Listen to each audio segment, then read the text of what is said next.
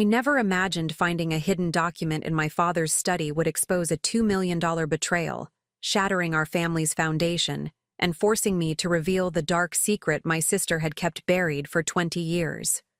My name is Rebecca Mitchell, and this is the story of how uncovering the truth about an inheritance led me to choose between family loyalty and justice.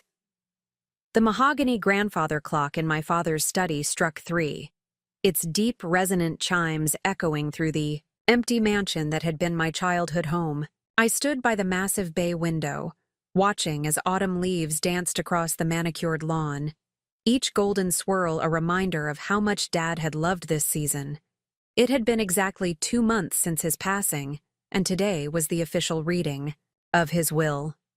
My hands trembled slightly as I smoothed down my black pencil skirt, a nervous habit I'd developed over years of dealing with my older sister Catherine's scrutiny. The room still smelled of Dad's favorite leather-bound books and pipe tobacco, a scent that now brought tears to my eyes. Family photos lined the walls, happy moments frozen in time when things were simpler, before Mom's death, before Catherine changed, before money became the invisible wall between us. I heard the click of heels on hardwood floors before I saw her reflection in the window. Catherine had arrived, perfectly put together as always in her designer suit and pearls, her auburn hair styled immaculately. She'd barely spoken to me at the funeral, keeping her distance with that air of superiority she'd perfected over the years. "Rebecca," she said coolly, placing her leather briefcase on Dad's antique desk. "I trust you're well?" I turned to face her, forcing a smile. "As well as can be expected, Catherine. Have you heard from Mr. Harrison? He should be here soon with the will." Catherine checked her watch, a gift from Dad on her 40th birthday. "He'll be here at 3:30. I spoke with him this morning to confirm." She paused, studying me with those calculating green eyes we'd both inherited from Mom. "I hope you're prepared for what's coming, little sister. Dad always did have his preferences." Something in her tone made my skin crawl. I'd seen that look before. The same expression she wore when she'd convinced our parents to send her to private school while I attended public. When she'd somehow managed to take credit for my achievements. When she'd slowly but surely positioned herself as the responsible daughter. The sound of car tires on gravel drew our attention. Through the window, I watched Mr. Harrison, our family lawyer for the past 30 years, making his way up the curved driveway. He looked older than I remembered, his silver hair thinner, his shoulders slightly stooped under the weight of his charcoal suit. Catherine moved to the door, her heels clicking purposefully across the hardwood. "I'll let him in." "Why don't you make yourself useful and put on some coffee, Rebecca? This might take a while." I bit back a retort, reminding myself that today wasn't about our usual power dynamics. This was about Dad, about honoring his last wishes, about family. If only I'd known then what I know now, that Catherine had already set her plan in motion, that the will we were about to read had been tampered with, that my sister had spent months manipulating our father during his final days. As I made my way to the kitchen, navigating the familiar hallways lined with generations of family portraits, I couldn't shake the feeling that something was off. Maybe it was the way Catherine had insisted on being Dad's primary caregiver during his last months, keeping me at arm's length with excuses about my teaching job and my busy schedule. Or perhaps it was the whispered phone calls I'd overheard, the mysterious meetings with lawyers I wasn't told about, the sudden changes in Dad's investment portfolio that Catherine had orchestrated as his power of attorney. The coffee maker gurgled to life, its aroma filling the kitchen where Mom had once taught us both to bake, where family dinners had been filled with laughter before everything changed. I pulled 3 cups from the cabinet, Dad's favorite set, bone china with delicate blue flowers, and arranged them on a silver tray. Through the kitchen door, I could hear Catherine's voice, warm and solicitous as she greeted Mr. Harrison. She'd always been good at that, presenting the perfect daughter image to the outside world. Few people saw what lay beneath that polished exterior, the calculation behind every gesture, the subtle manipulation in each carefully chosen word. As I carried the coffee tray back to the study, I caught a glimpse of my reflection in the hallway mirror. At 35, I looked more like Mom than ever. The same heart-shaped face, the same quiet determination in my eyes. Mom would have seen through Catherine's act, I thought. She would have known what to do. Little did I know that in the next few hours, my world would be turned upside down. The will reading would reveal not just the distribution of Dad's considerable estate, but the first thread that would eventually unravel Catherine's carefully constructed web of lies. The $2 million was just the beginning. The real story lay in what my sister had done to get it, and the secret she'd been desperate to keep buried. Mr. Harrison cleared his throat as he spread the documents across Dad's mahogany desk, his weathered hands trembling slightly. I couldn't help but notice how Catherine had positioned herself directly beside him, her perfectly manicured nails drumming against the leather arm of Dad's executive chair. The late afternoon sun cast long shadows through the study windows, creating an almost theatrical atmosphere for what was about to unfold. "Before we begin," Mr. Harrison said, adjusting his wire-rimmed glasses, "I want to express again how sorry I am for your loss. Charles was not just a client, but a dear friend." He paused, his eyes lingering on the family photo behind the desk, Dad beaming proudly between Catherine and me at her law school graduation. Catherine leaned forward, her pearl necklace catching the light. "We appreciate that, James, but perhaps we should proceed with the reading. I have several important meetings later today." Her tone was honey-sweet, but I caught the underlying steel, the same voice she'd used throughout our childhood to get her way. I sank into the worn leather armchair by the bookcase, the one where I used to curl up and read while Dad worked. The familiar scent of leather and old books brought back memories of simpler times, before Mom's death 10 years ago had created the first real rift between Catherine and me. Back then, we'd handled our grief differently. I'd thrown myself into my teaching career, working with underprivileged kids, while Catherine had focused on climbing the corporate ladder, eventually becoming a partner at her law firm. Mr. Harrison began reading the will, his voice steady and professional. I watched Catherine's face, noticing how her expression remained carefully neutral, though her eyes sparked with something that looked suspiciously like triumph. The initial provisions were standard: personal effects, family heirlooms, Mom's jewelry collection to be split between us. Then came the bombshell. "To my eldest daughter, Catherine Ellen Mitchell, I leave the sum of $2 million from my investment portfolio, along with full ownership of Mitchell Industries and all its subsidiaries." The words hit me like a physical blow. Catherine's slight smile widened as Mr. Harrison continued reading, but I could barely hear him over the roaring in my ears. $2 million? The entire company? This couldn't be right. Dad had always talked about splitting everything equally between us, had always emphasized fairness in every family decision. "And to my younger daughter, Rebecca Ann Mitchell, I leave the sum of $50,000, along with the family home and its contents." The disparity was staggering. Yes, the house was valuable, but nothing compared to the liquid assets and the company Catherine had just inherited.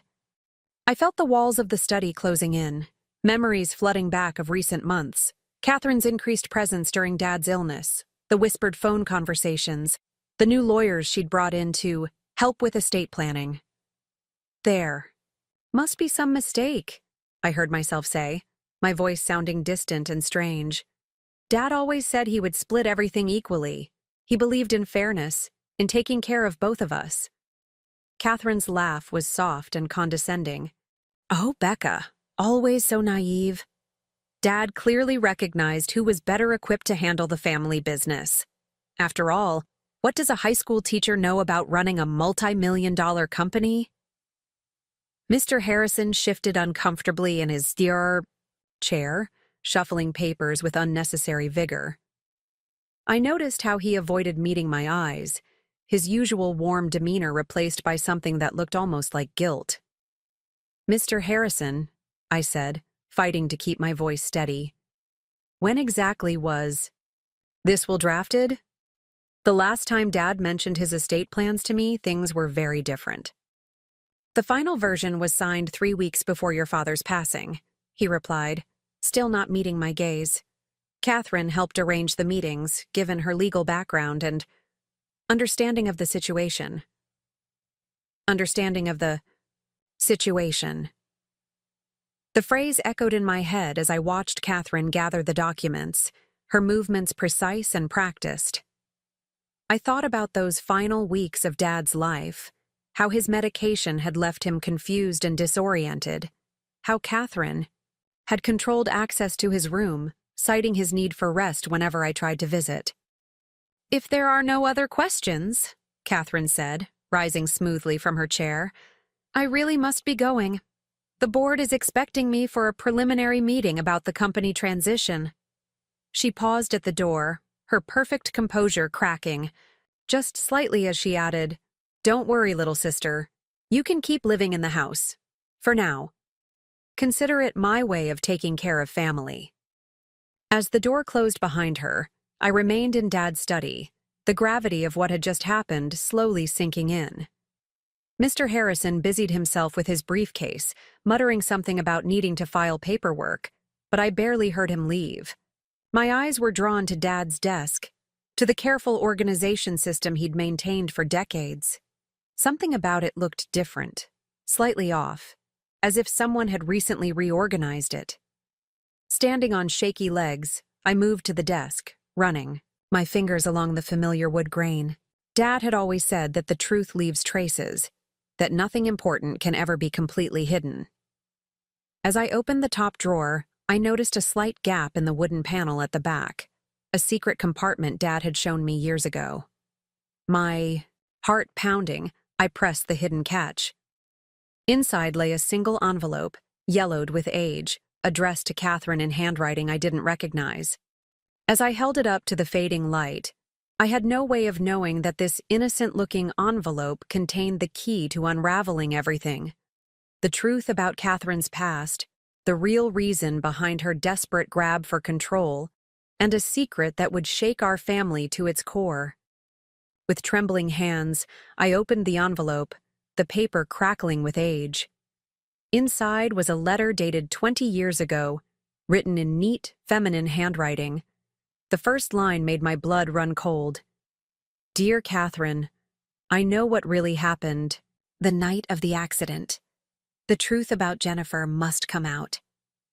Jennifer.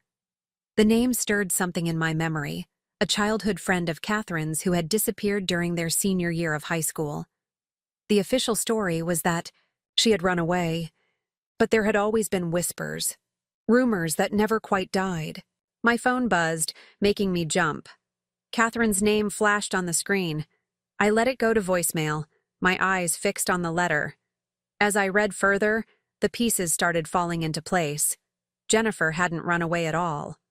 The letter detailed a confrontation between her and Catherine on the old bridge outside town, an argument about money missing from the school fundraiser, a push that wasn't meant to be fatal. The study suddenly felt airless. I walked to the window, throwing it open, gulping in the cool autumn air. My mind raced back to that time. Catherine's sudden withdrawal from school activities, Dad's late-night meetings with lawyers, the large donation to the school building fund that had seemed so generous at the time. The sound of footsteps in the hallway snapped me back to reality. I quickly folded the letter, tucking it into my jacket pocket just as Catherine burst into the study. "What are you still doing here?" she demanded, her earlier polish giving way to something harder, more desperate. "I've been calling you." I turned to face her, trying to keep my expression neutral. Just saying goodbye to Dad's space. It's a lot to process, Catherine. The will, the company, everything. She moved closer, her eyes scanning the desk. "Have you been going through his things?" "That's really not appropriate, Rebecca. As executor of the estate. As executor of a will that doesn't make sense," I cut in, finding strength in my anger. Dad would never have left things this way, Catherine. Not unless someone influenced him when he was vulnerable. Catherine's laugh was sharp, brittle. Are you accusing me of something? Because I'd be very careful about making allegations you can't prove. I was there for Dad at the end, taking care of him while you were off playing teacher to other people's children. I was teaching because you told me Dad was too tired for visitors. My voice rose despite my efforts to stay calm. Every time I tried to see him, you had an excuse. For months, Catherine, months. Because I was protecting him, she shouted, her composure finally cracking.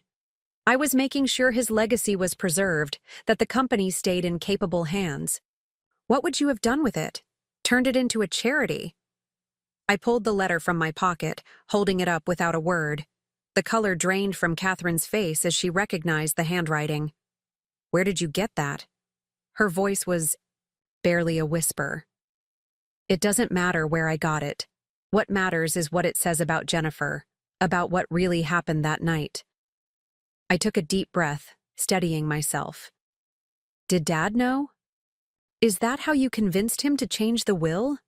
Blackmail? Catherine moved with surprising speed, lunging for the letter, but I was faster. She stumbled, catching herself on the desk, sending Dad's favorite paperweight crashing to the floor. The sound echoed through the study like a gunshot. You have no idea what you're dealing with, Catherine hissed, straightening up. That letter is ancient history. Jennifer's family moved away years ago. No one cares anymore. I care, I said quietly. And I think the police might care too. 20 years isn't too long for a manslaughter investigation, is it, Catherine? She stared at me, and for a moment I saw something I'd never seen in my sister's eyes before.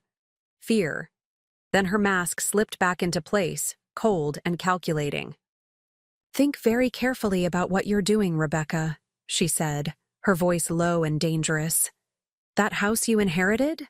The property taxes alone will bankrupt you on a teacher's salary, and teaching jobs can be so precarious these days. One phone call to the school board about concerns over your stability. The threat hung in the air between us.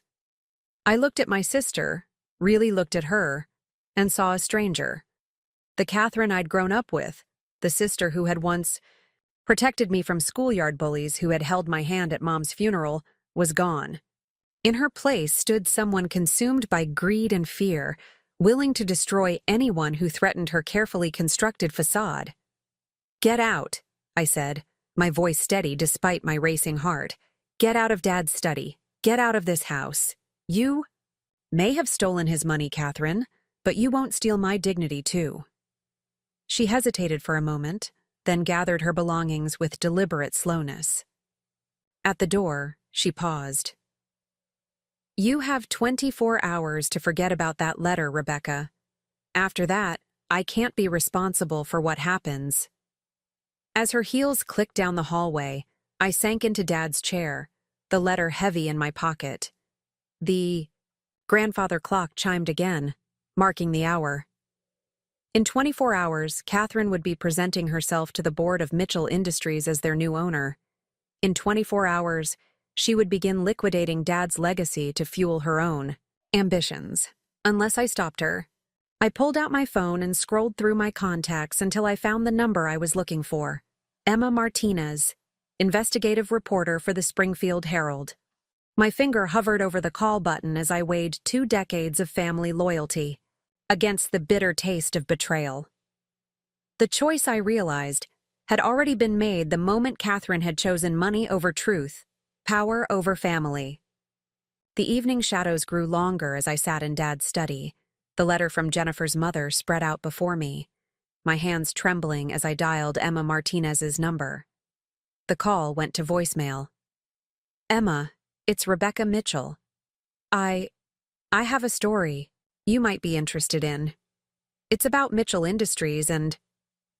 I paused, the weight of what I was about to do hitting me full force. It's about a 20-year-old disappearance that never made the papers.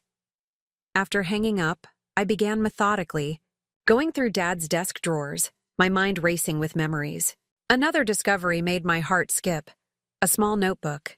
Dad's familiar handwriting cramped and shaky in his final months. The entries were sporadic, but what they revealed made my blood run cold. Catherine insists on new lawyers. Don't trust. Something wrong with paperwork. Ask to see Rebecca. Catherine says she's too busy. Doesn't sound right. Pills make everything fuzzy. Catherine handling all decisions now. Each entry grew more confused, more desperate. The final one, dated just days before his death, was barely legible. Must tell Rebecca. Truth about money. Catherine threatened. Jennifer's mother. My phone buzzed. Emma Martinez. Rebecca? I got your message. Can we meet tonight? I glanced at the darkening window, knowing Catherine might have people watching the house. Not here. Do you know Carter's Coffee? On Maple? It's open late. I'll be there in 30 minutes. I gathered the letter and notebook, making copies on Dad's old scanner before securing the originals in his hidden wall safe. The one Catherine didn't know about. As I drove through the quiet streets of our hometown, memories flooded back. Catherine and Jennifer walking home from school, their heads bent together in conversation. The sudden tension in our house after Jennifer's disappearance. The whispered arguments between my parents that stopped whenever I entered the room. Carter's Coffee was nearly empty when I arrived. Emma was already there, her reporter's notebook open, a steaming cup untouched before her. She'd aged since our high school. Days when she'd written for the school paper, but her sharp, intelligent eyes were the same. Before we start, Emma said as I sat down, you should know I've been trying to crack the Jennifer Myers case for years. Every anniversary, I pitch it to my editor, and every time, I hit walls. Nobody wants to talk. Records disappear. Your sister's name comes up, then vanishes from official documents. I pulled out the copies I'd made. Maybe this will help break down those walls. For the next hour, I walked Emma through everything. The letter, Dad's notebook, the suspicious circumstances of the will. She took notes rapidly, occasionally stopping me to clarify details.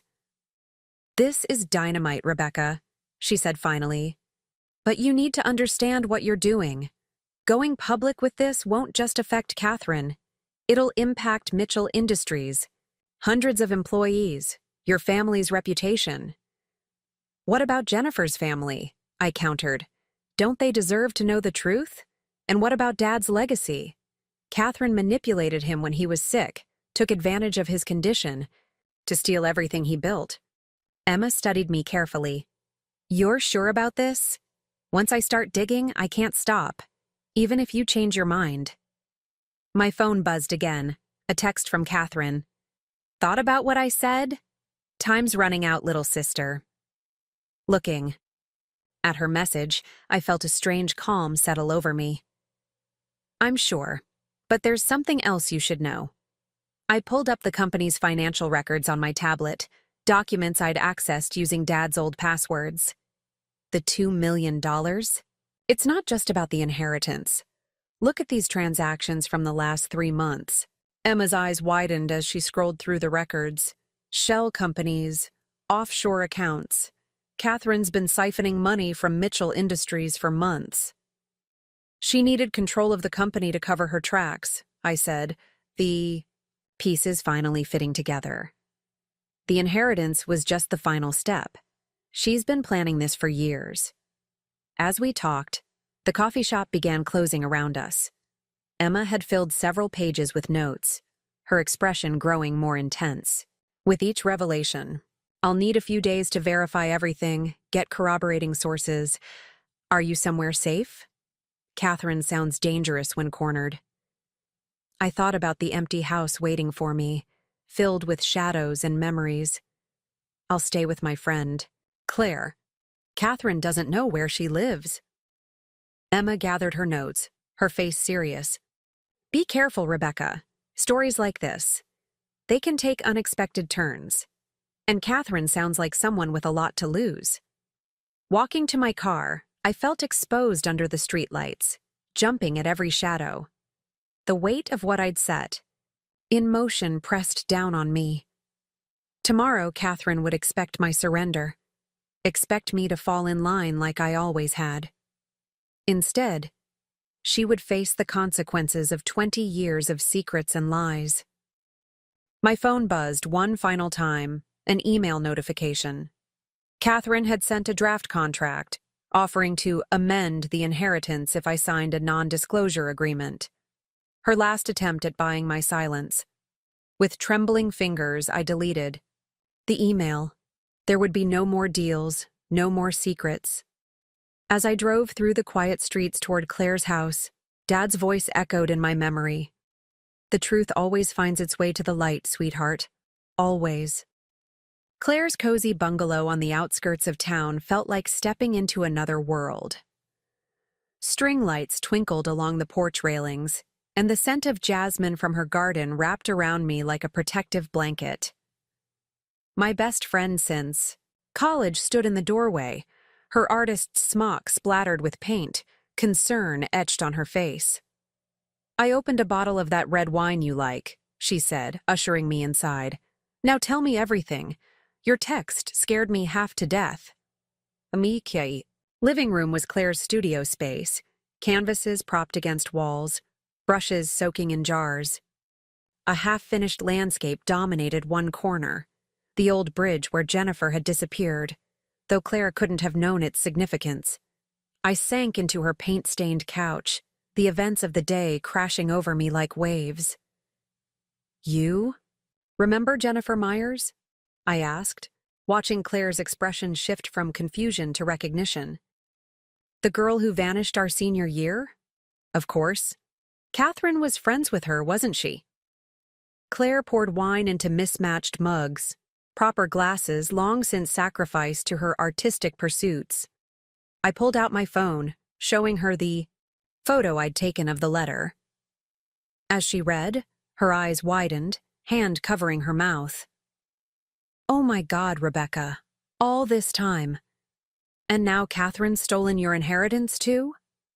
"It's worse than that," I said, explaining about the offshore accounts, the company's finances, Dad's suspicious change of will. Claire listened intently, her artist's eye for detail picking up things I'd missed. "The timing," she said suddenly. "Catherine started moving money right after your dad's diagnosis, didn't she? She knew he was vulnerable." A sharp knock at the door made us both jump. Claire peered through the curtains, then relaxed. "It's just Mrs. Peterson from next door." But when she opened the door, it wasn't the elderly neighbor, but a tall man in an expensive suit. "Rebecca Mitchell?" he asked, his voice clipped and professional. "I represent Catherine Mitchell and Mitchell Industries. I have some documents that require your immediate attention." Claire moved to close the door, but he wedged his foot in the gap. "Ms. Mitchell, I should warn you that failing to comply could result in serious legal consequences." "Get off my property," Claire said, her usual gentle demeanor hardening. "Or I'm calling the police." The lawyer smiled thinly, placing his business card in the doorframe. "Very well, but Ms. Mitchell should know that her sister is prepared to take action regarding certain historical matters. Family loyalty only extends so far." After he left, I collapsed back onto the couch, my hands shaking so badly I could barely hold my phone. There were 12 missed calls from Catherine, 3 voicemails and an email with the subject line, "Final warning." "You can't stay here," Claire said, already gathering my things. "If they found you this quickly, they'll be watching the house." "But where can I go?" The weight of my situation pressed down on me. Catherine had the resources of an entire company behind her, an army of lawyers at her disposal. Claire's face lit up with sudden inspiration. "My aunt's cabin, up in the mountains, about 2 hours from here. No internet, spotty cell service, completely off the grid. Catherine would never think to look there." The idea of escape, of silence and space to think, was tempting. But running felt like letting Catherine win. I can't hide forever, Claire. Not forever, she agreed, already pulling up directions on her phone. Just until Emma can break the story. Give her time to do it right, gather evidence that Catherine can't bury. As if on cue, my phone buzzed with a text from Emma. Got confirmation about Jennifer's mother. She's alive, living in Arizona. Want to talk to us? Give me 72 hours. 3 days. I could disappear for 3 days. Claire insisted on driving, taking back roads and checking regularly to ensure we weren't followed. As the city lights faded behind us and the mountain roads grew steeper, I felt the tension in my shoulders begin to ease. The night was clear, stars emerging like scattered diamonds across the velvet sky. I remember when you and Catherine used to come to my art shows in college, Claire said softly, navigating a sharp curve. She always seemed so proud of you then. What happened? I stared out the window at the passing shadows of trees. Money happened. Power. The fear of losing both. I thought about the letter, safely stored in a sealed envelope in my bag. And maybe guilt. Living with a secret like that for 20 years. It must eat away at your soul. The cabin appeared ahead, a solid shadow against the starlit sky. As Claire pulled up the gravel driveway, motion sensors triggered soft outdoor lights. The place was small but well-maintained, with a wraparound porch and a view of the valley below. There's firewood stacked out back, Claire said, helping me with my bags. Emergency generator if you need it. Food in the pantry. And most importantly, she pointed to a metal lockbox bolted to the wall. The Wi-Fi password. Reception's terrible, but it works well enough to send emails. Inside, the cabin smelled of pine and wood smoke. Claire showed me around. 1 bedroom, a small kitchen, a living area with a stone fireplace. It felt secure, isolated, safe. I'll come check on you tomorrow, Claire promised, hugging me tightly. Try to get some rest. And Rebecca? She paused at the door. You're doing the right thing. Jennifer's family deserves to know the truth. After she left, I stood on the porch, listening to the night sounds. Crickets, distant owls, the rustle of wind through trees. My phone showed 1 bar of service and another missed call from Catherine. I switched it off. In the distance, storm clouds gathered over the mountains, promising rain. Somehow it felt fitting. The calm I'd found here was temporary, the storm approaching inevitable. But for the first time since discovering the letter, I felt ready to face it. The first night in the cabin stretched endlessly before me. Rain began to fall, drumming against the wooden roof in a hypnotic rhythm. I lit a fire in the stone fireplace, its warm glow casting dancing shadows across the rough-hewn walls. With nothing but time and silence surrounding me, memories I'd long suppressed began to surface. I pulled out my old journal from my bag, a habit I'd maintained since childhood, much to Catherine's constant mockery. Still writing down your feelings like a teenager, Becca? She'd say, that familiar note of condescension in her voice. But now, these documented memories might hold clues I'd missed. Flipping back to entries from 20 years ago, I found what I was looking for, the weeks surrounding Jennifer's disappearance.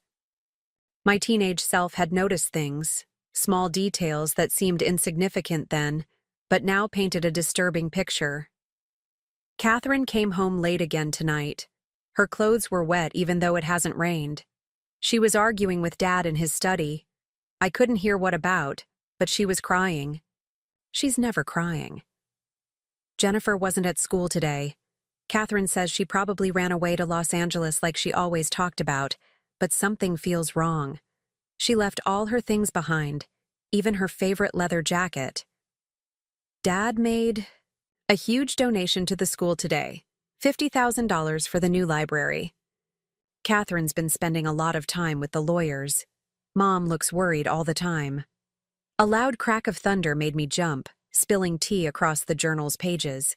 As I blotted them dry, A folded newspaper clipping fell from between the pages. It was Jennifer's missing person report, the grainy photo showing a smiling teenager with wild dark hair and defiant eyes. The same eyes that had stared down Catherine at the school fundraiser meeting, according to the letter. I spread everything out on the cabin's wooden table. The letter, Dad's notebook, my journal entries, the financial records I'd copied. Patterns began to emerge.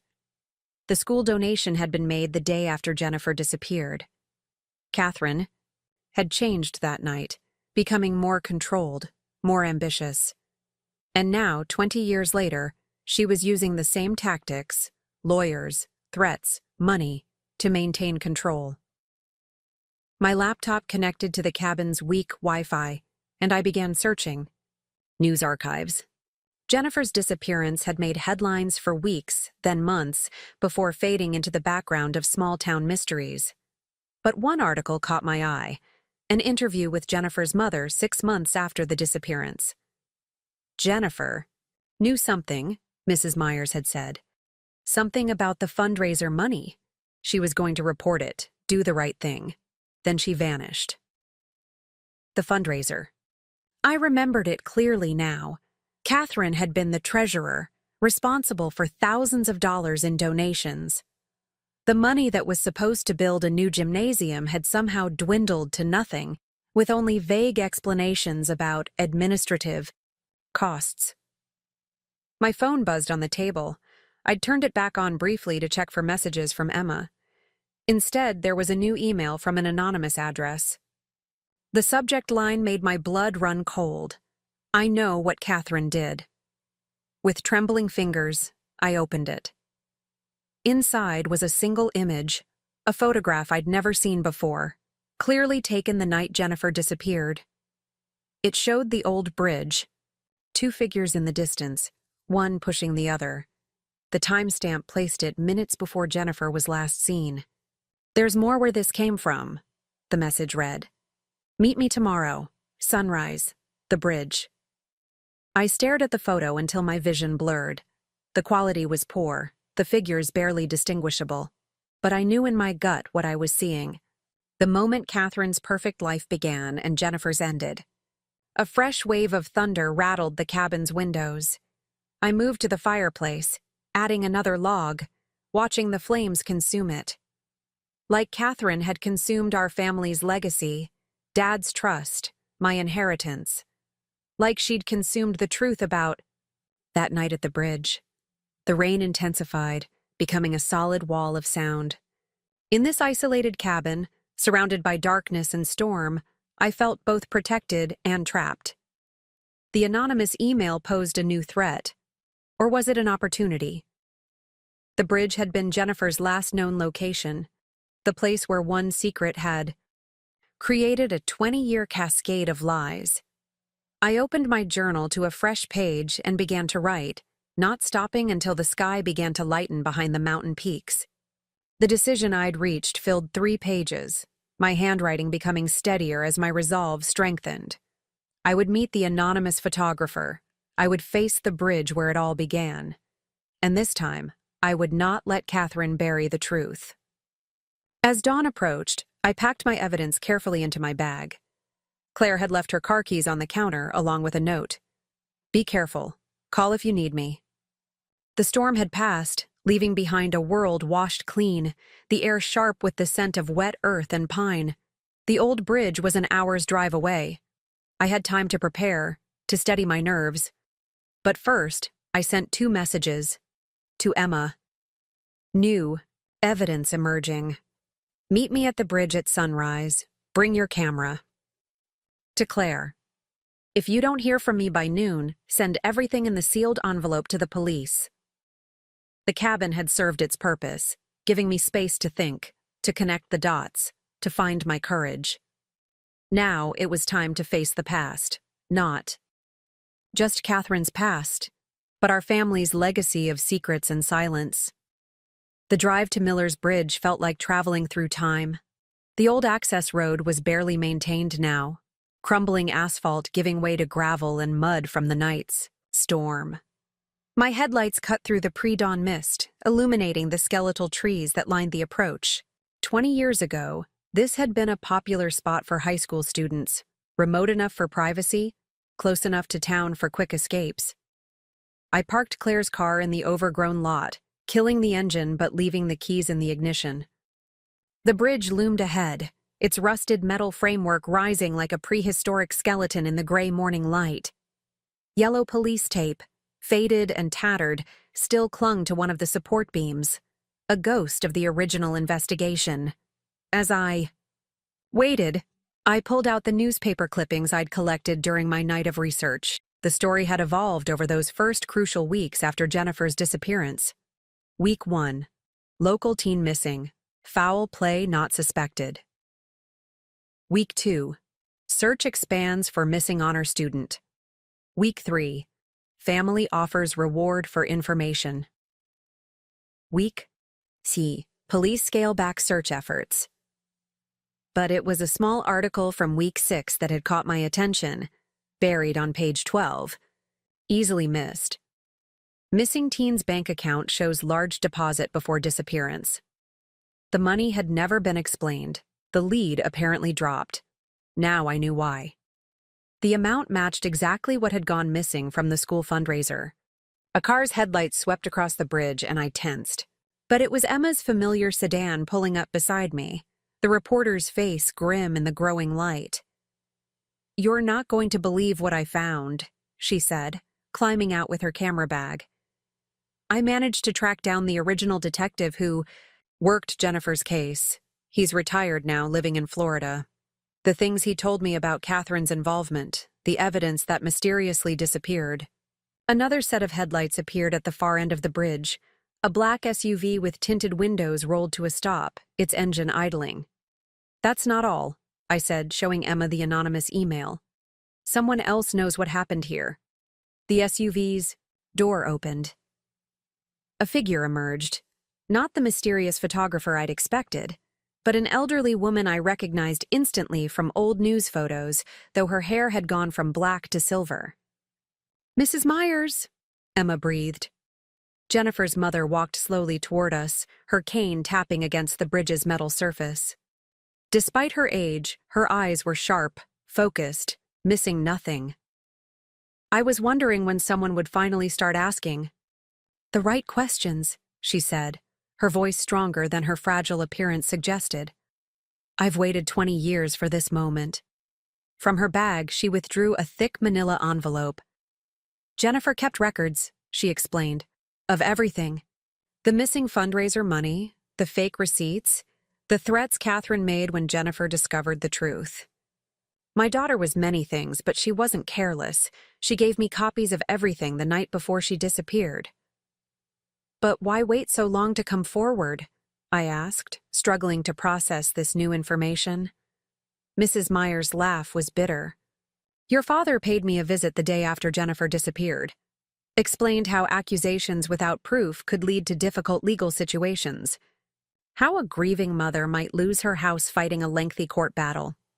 Then he offered me enough money to start a new life somewhere else. I took it." She paused, her eyes filling with tears. "I've hated myself every day since."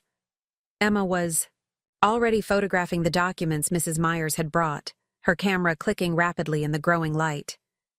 "These bank statements," she said. "They match the transfers Catherine's been making from Mitchell Industries. Same pattern, same offshore accounts. She's been using the company to launder money for years." "It started with the fundraiser," Mrs. Myers confirmed. "Catherine had gambling debts, serious ones. She thought she could take the fundraiser money, place one big bet, pay it back before anyone noticed. When she lost everything, she panicked. Jennifer found out, threatened, to expose her. They argued here, on this bridge." She pointed with her cane to the spot where the photograph had shown two figures struggling. "I have the photo," I said, pulling up the anonymous email. Mrs. Myers shook her head. "That wasn't from me, but I'm not surprised others know. Secrets this big cast long shadows." The sun was rising now, painting the sky in shades of pink and gold. The same colors it had been, I realized. The morning Jennifer's body was finally found downstream, caught in the branches of a fallen tree. "I've got enough to run the story," Emma said quietly. "But Catherine won't go down without a fight. She'll claim the documents are fake, that Mrs. Myers is lying for revenge or money." "She can claim what she wants," Mrs. Myers said, steel in her voice. "I've got the original copies in a safety deposit box, and tomorrow morning, I'm meeting with the district attorney. 20 years is a long time, but there's no statute of limitations on what happened to my Jennifer." As if on cue, my phone buzzed. "Catherine." The message was short. "Where are you? We need to talk. Now." I looked at the bridge, at the spot where one moment of violence had spawned decades of deception. At Mrs. Myers, who had carried the weight of silence for 20 years. At Emma, whose pursuit of truth might finally bring justice. "Tell her." "To meet you at the family house," Emma suggested. "It's time to end this." I texted Catherine back with trembling fingers. "Meet me at Dad's house in 1 hour. No lawyers." Her response was immediate. "Finally coming to your senses?" The drive back to the family estate felt surreal in the morning light. Emma followed in her car, Mrs. Myers beside her, while all the evidence was securely stored in my bag. We had agreed on a plan. Emma and Mrs. Myers would wait in the study, hidden from immediate view, while I confronted Catherine. The house looked different somehow. Smaller, less imposing than it had just days ago. The perfectly manicured lawn, the pristine windows, the immaculate facade. All of it seemed like a stage set now, carefully constructed to hide the rot beneath. I unlocked the front door, walking straight to Dad's study. The morning sun streamed through the bay windows, illuminating dust motes dancing in the air. Emma and Mrs. Myers positioned themselves behind the heavy velvet curtains, their presence giving me strength. At exactly 9 o'clock, I heard the distinctive sound of Catherine's heels on the marble floor. She appeared in the doorway, impeccably, dressed as always, but I noticed small signs of strain, her slightly smudged mascara, a button misaligned on her blazer. "I see you've come to your senses," she said, striding into the room. "The NDA is ready to sign. Once you do, we can discuss a more equitable distribution of assets." I remained seated in Dad's chair, my fingers tracing the worn leather armrests. "Tell me about Jennifer Myers, Catherine." She froze mid-step, her composure cracking for just a fraction of a second before recovering. "What about her? That's ancient history, completely irrelevant to our current situation. Is it?"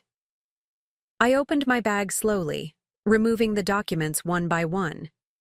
The missing fundraiser money, the gambling debts, the argument on the bridge. It's all connected, isn't it?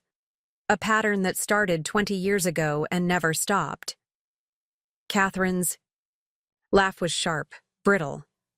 "What exactly are you implying?" "Jennifer ran away. Everyone knows that. And if you're trying to distract from your baseless accusations about Dad's will..." "We found the money trail," I interrupted, laying out the bank statements. "From the fundraiser straight to your offshore accounts. The same accounts you're using now to siphon money from Mitchell Industries. Dad figured it out at the end, didn't he?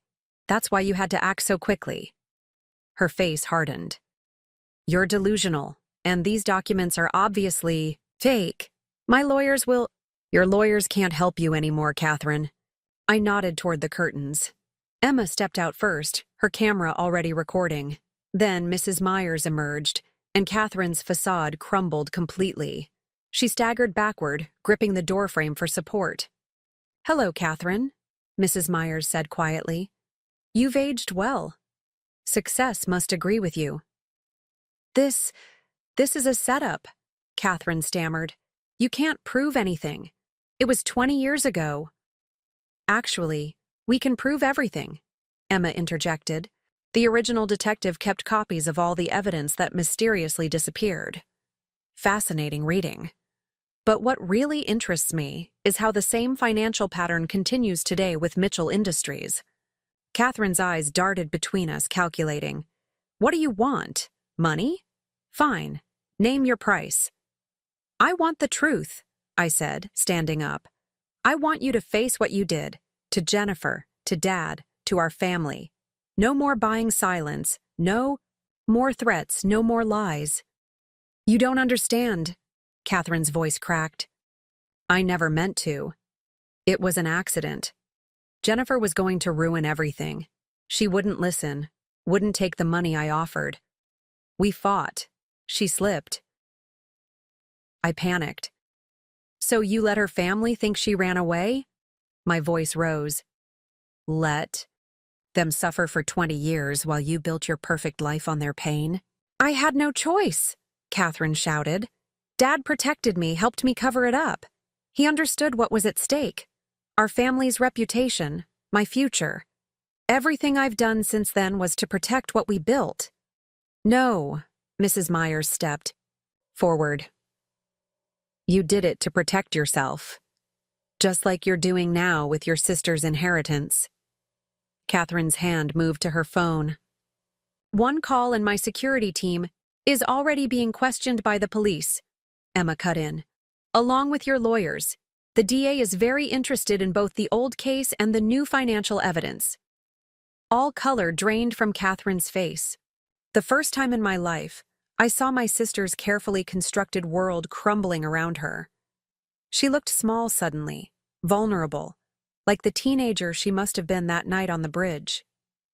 Rebecca, she whispered. Please, you're my sister. Yes, I am, I replied.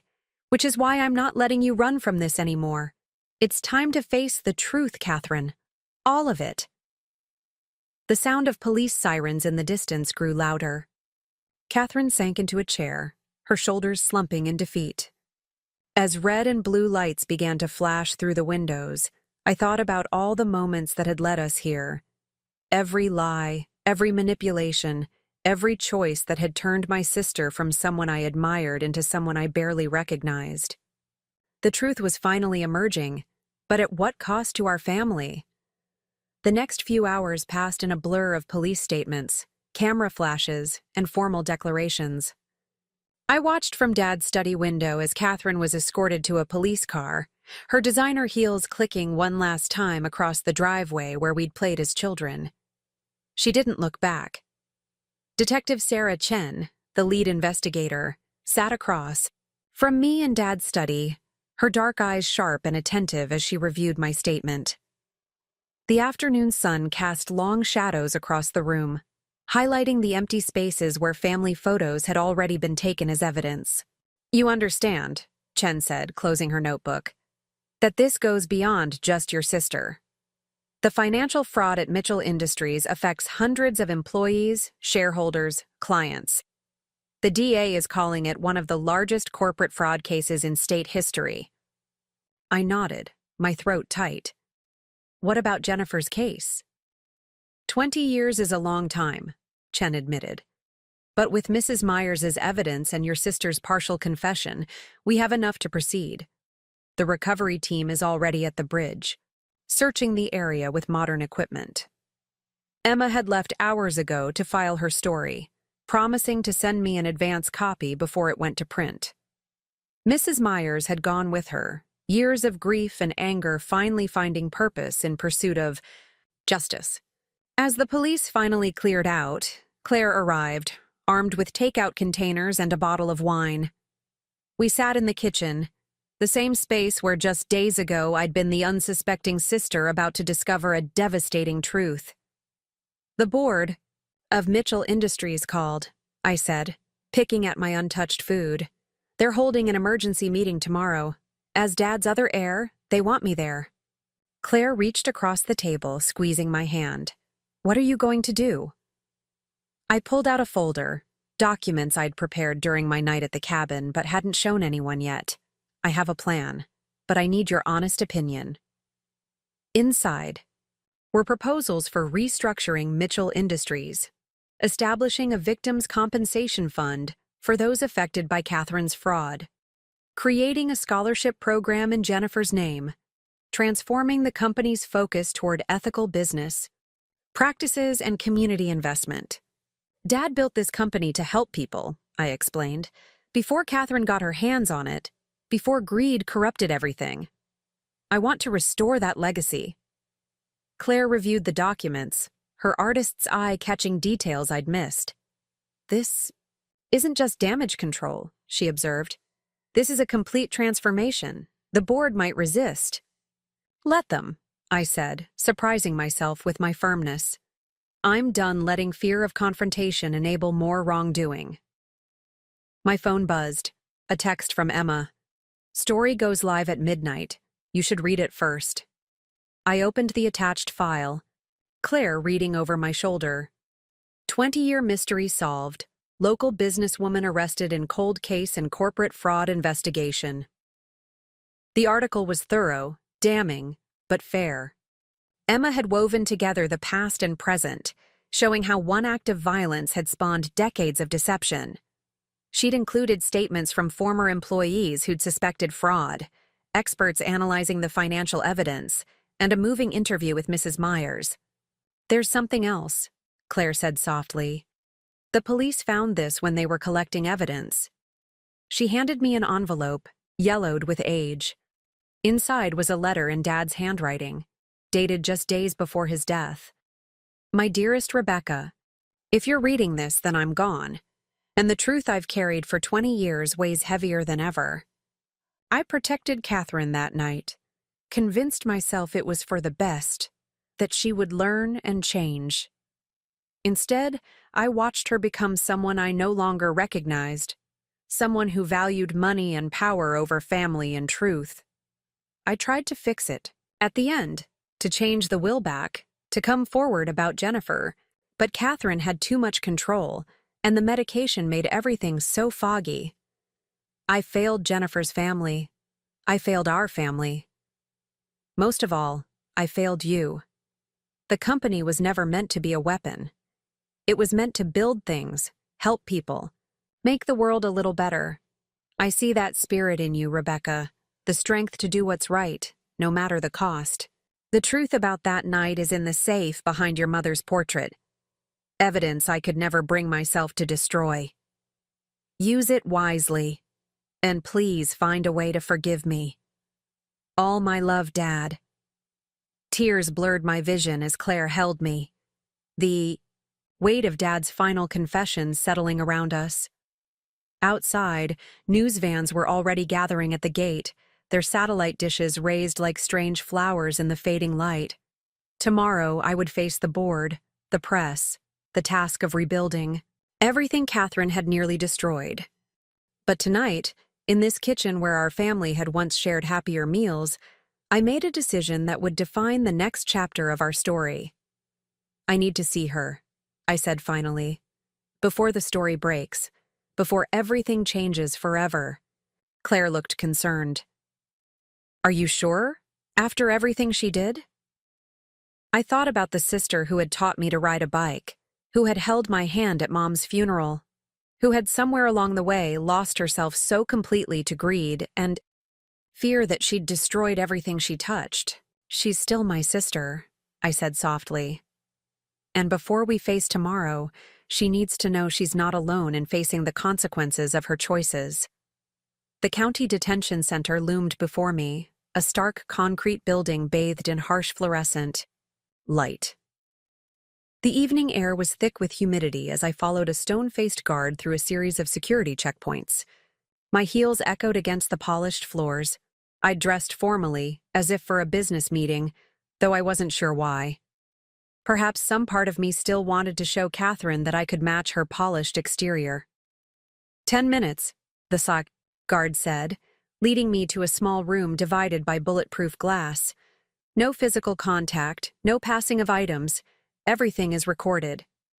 I sat at the metal table, studying my reflection in the glass. Behind me, Emma's article was probably going live, spreading across social media, destroying what remained of the Mitchell family's carefully constructed facade. In my briefcase were the documents I'd prepared for tomorrow's board meeting, my vision for the company's future, for redemption. The door on the other side buzzed open. Catherine entered, wearing a blue jumpsuit that made her look impossibly small. Her makeup had been removed, her carefully styled hair pulled back in a simple ponytail. Without her armor of designer clothes and practiced poise, she looked startlingly like the sister I remembered from childhood. We both reached for the phones on either side of the glass at the same time. "I didn't expect to see you here," Catherine said, her voice scratchy. "Come to gloat?" "No," I replied softly. "I came because I found Dad's letter, the one he wrote at the end." Catherine's hand tightened on the phone. He was confused, heavily medicated. Whatever he wrote, he was trying to protect you even then, I interrupted. Just like he protected you 20 years ago. But protection without accountability isn't love, Catherine. It's enablement. Tears welled in her eyes, the first genuine emotion I'd seen from her in years. You don't understand what it was like, carrying that secret. Every time I closed my eyes, I saw Jennifer's face. The fundraiser money was supposed to fix everything, but then she found out, threatened to expose me. I just wanted her to listen, to understand. "So you pushed her?" "I didn't mean to." Catherine's voice cracked. She lost her balance. I reached for her, but she was already falling. I called for help, but no one came. By the time Dad found me, it was too late. I pressed my hand against the glass. "Why didn't you come to me? I would have helped you." "You were 16, Catherine whispered. "Perfect, innocent Rebecca. Mom's death had already broken you. I couldn't add this burden. So instead you buried it. Let it poison you, turn you into someone who could steal from her own family, manipulate. A dying man threaten her sister?" Catherine wiped her eyes with her sleeve. The company was all I had left. My reputation, my success. It was the only thing that made the guilt bearable. When Dad got sick, when I saw the chance to take control completely, I told myself I deserved it, after everything I'd sacrificed to protect our family name. I pulled out the company documents, holding them up to the glass. "The board meets tomorrow. I'm proposing a complete restructuring. A victims' compensation fund, a scholarship in Jennifer's name, new ethical oversight committees." "They'll never accept it," Catherine said.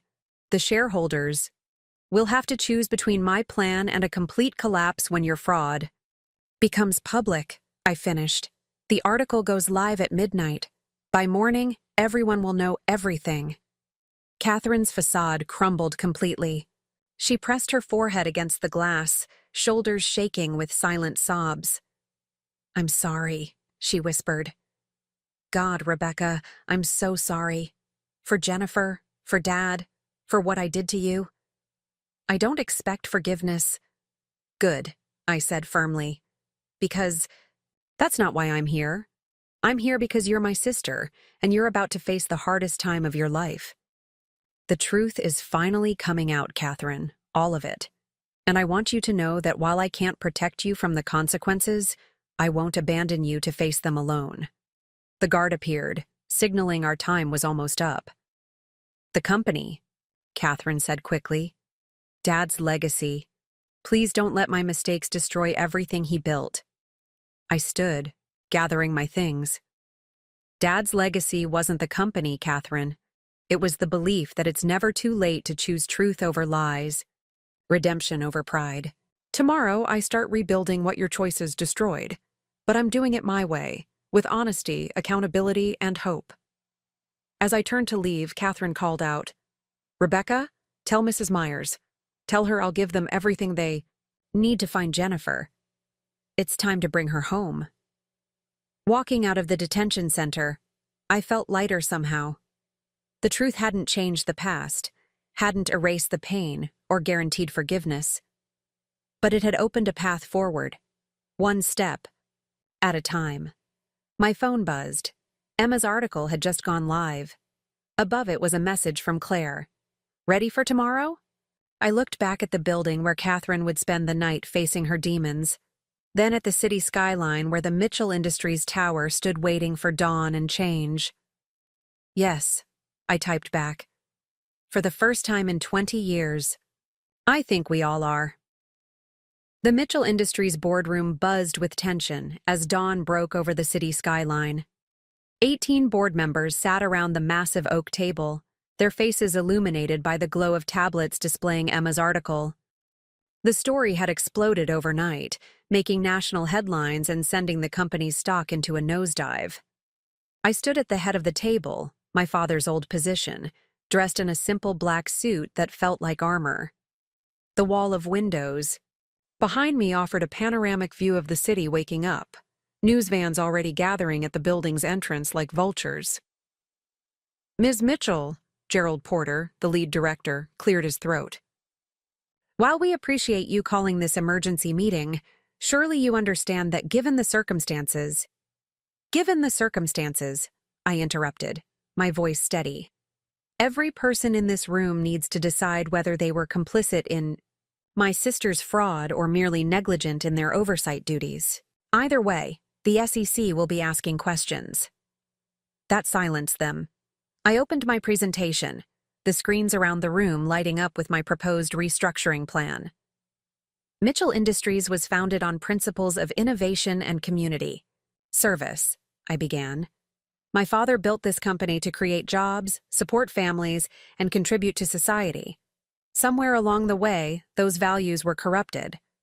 Today, we begin restoring them. Over the next hour, I laid out my vision. The Victims' Compensation Fund, drawing from the recovered offshore accounts and a portion of future profits. The Jennifer Myers Memorial Scholarship for Underprivileged Students. New ethical oversight committees with real power. Complete transparency in all financial dealings.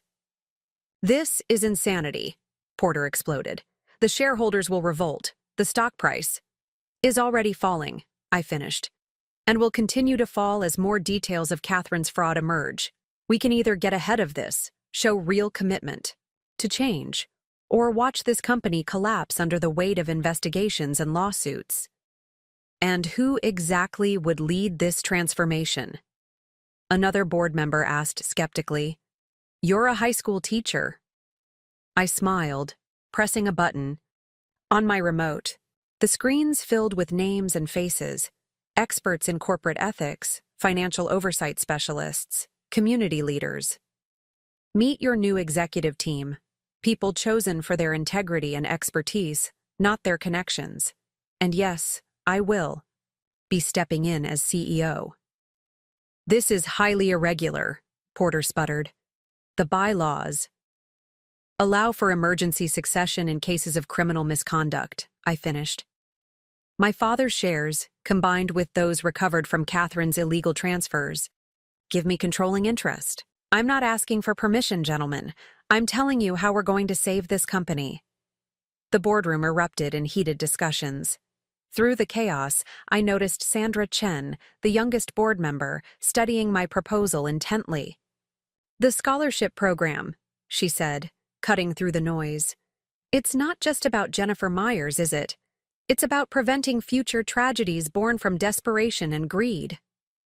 I nodded. Everything Catherine did, every crime she committed, started with one moment of panic over money. We have an opportunity here to break that cycle for others.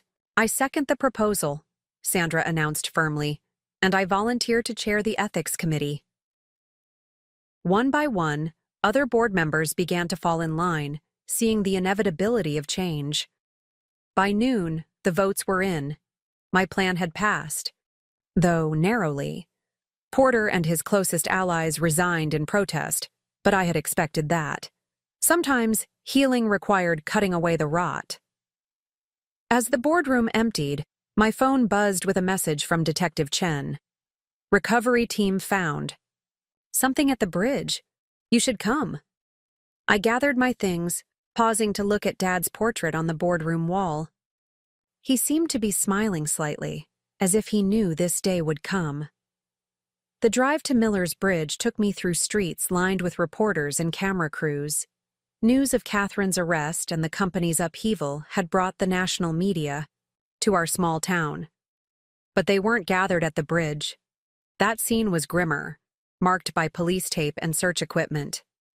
Detective Chen met me at the perimeter. The rain last week shifted some of the riverbed, she explained, leading me to where a team of forensic experts worked. We found her, Rebecca. After all these years, we found Jennifer. I stared at the recovery site, thinking of the teenager, who had tried to do the right thing and paid with her life. Does Mrs. Myers know? She's on her way. The DA wants to talk to you both about the next steps in the case. My phone buzzed again. Claire, reminding me about the press conference scheduled for that afternoon. In a few hours, I would have to face the cameras, explain our company's transformation, answer questions about family betrayal and corporate fraud. But for now, I stood at the bridge where everything had begun and ended, watching as 2 decades of secrets finally came to light. The truth hadn't brought peace, not yet, but it had brought possibility, a chance to build something better from the ashes of deception. We'll need to postpone the press conference, I told Claire, texting with one hand. There's somewhere else I need to be first. News of Jennifer's recovery hit the media like a thunderbolt. I watched from Mrs. Myers' side as she stood at the excavation site, her small frame shaking with decades of pent-up grief finally finding release. The coroner's team worked with painstaking care, documenting everything, preserving evidence that had waited 20 years to be found. She was wearing the silver bracelet I gave her for her 16th birthday, Mrs. Myers said softly, clutching a tissue. All this time she was so close to home. I thought about Catherine in her cell, waiting to hear that her secret had literally been unearthed. Detective Chen approached with a tablet, her face grim. We found this in Jennifer's pocket. The water damage is extensive, but our tech team managed to recover some of it. It was a notebook, its pages warped and stained, but some entries were still legible. Jennifer's handwriting, preserving her final testimony, detailed records of the missing fundraiser money, dates, amounts, accounts. She had documented everything, determined to expose the truth even as it put her in danger. Like mother, like daughter, Mrs. Myers said, a hint of pride breaking through her grief. We both kept records. We both waited for justice. The press conference had been rescheduled for the following morning. As I drove back to the Mitchell Industries building, I passed the local high school where everything had begun. The old gymnasium, the one that never got built because of Catherine's theft, still stood, a reminder of how one act of dishonesty had spawned decades of consequences. In my office, Dad's old office, Claire waited with the PR team. Chapter 1. Room had been transformed. Catherine's expensive artwork replaced with photographs of company milestones and community projects. On my desk sat a framed picture of Jennifer Myers, her bright smile a reminder of why change was necessary. The shareholders are panicking, Claire reported, showing me the latest stock reports. But the public response to your reform proposals has been overwhelming. People want to believe in redemption stories.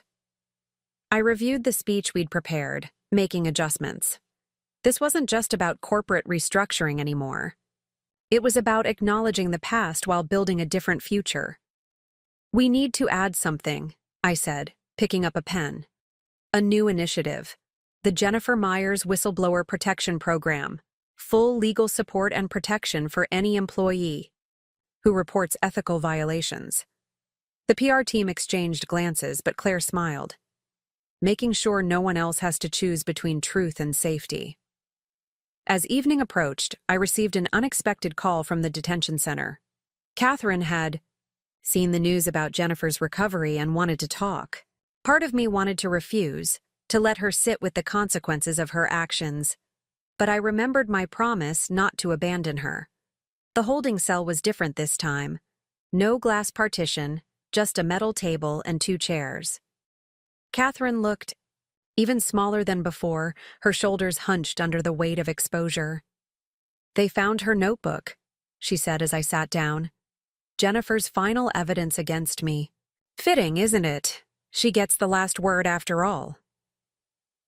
The DA is reviewing the case, I replied.